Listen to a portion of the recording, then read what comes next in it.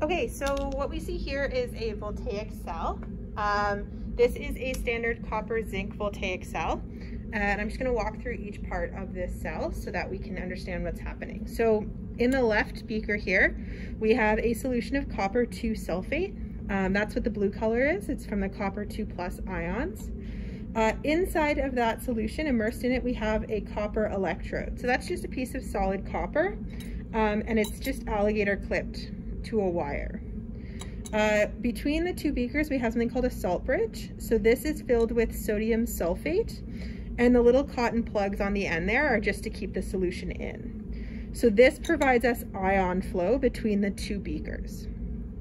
On the right here, we have a beaker containing a zinc sulfate solution with a solid zinc electrode. And you can see that there's actually a reaction taking place on that zinc. That's what that darker color is, where it was in the solution. And so we're going to walk through what's happening in this reaction in terms of electron flow, ion flow, oxidation, etc. So in a voltaic cell, we have a spontaneous reaction. That means that this reaction does not require any external energy. In fact, it's producing electrical energy. So this is a voltmeter, and it tells me that I'm getting about 1.1 volts out of this reaction. And so what is happening is I have my strongest reducing agent, which is zinc, and my strongest oxidizing agent, which is copper 2+. So my strongest reducing agent, zinc, is going to undergo oxidation at the anode. So at my anode, I'm going to have solid zinc oxidized to zinc 2+.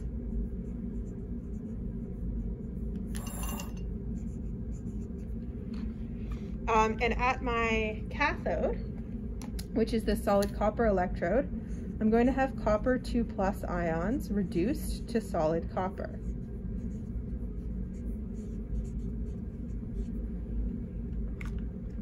Move that back so you can see.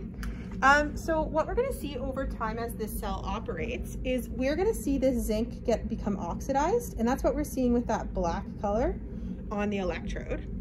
So the oxidation is actually going to decrease the mass of our zinc electrode, and it's going to eventually dissolve away. The electrons that are produced during this oxidation reaction are going to move through the wire. That's not a very visible marker. Are going to move through the wire to the cathode. So my electrons leave my zinc solid, and I produce zinc 2+ in this solution. The electrons travel through these wires, through my voltmeter, and then into my cathode. Once they're in the cathode, they're able to meet up with copper 2+ ions in the solution, and then form solid copper. So what we should see over time here is the color of this solution should get lighter, and the mass of my copper electrode should increase. Now that's going to be a little bit hard to see on an already copper electrode, but we can make a small adjustment to this reaction and maintain a working cell. So if we look at our two half reactions, we'll see that the solid copper is actually not a reactant, it's a product.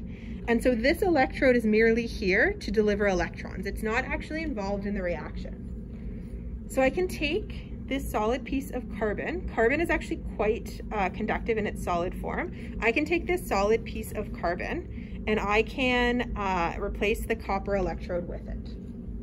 So I'm going to pull out this copper electrode. I'm going to squeeze this carbon electrode into my solution, and we see that we still have voltage moving through this cell because we haven't actually changed the reaction that's taking place.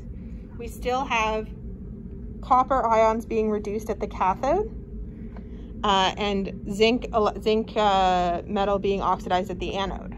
The only difference is that over time, as this reaction occurs, I should see some plating of copper onto this carbon electrode. So over time, that should develop kind of a copper colored sheen as solid copper is plated onto it.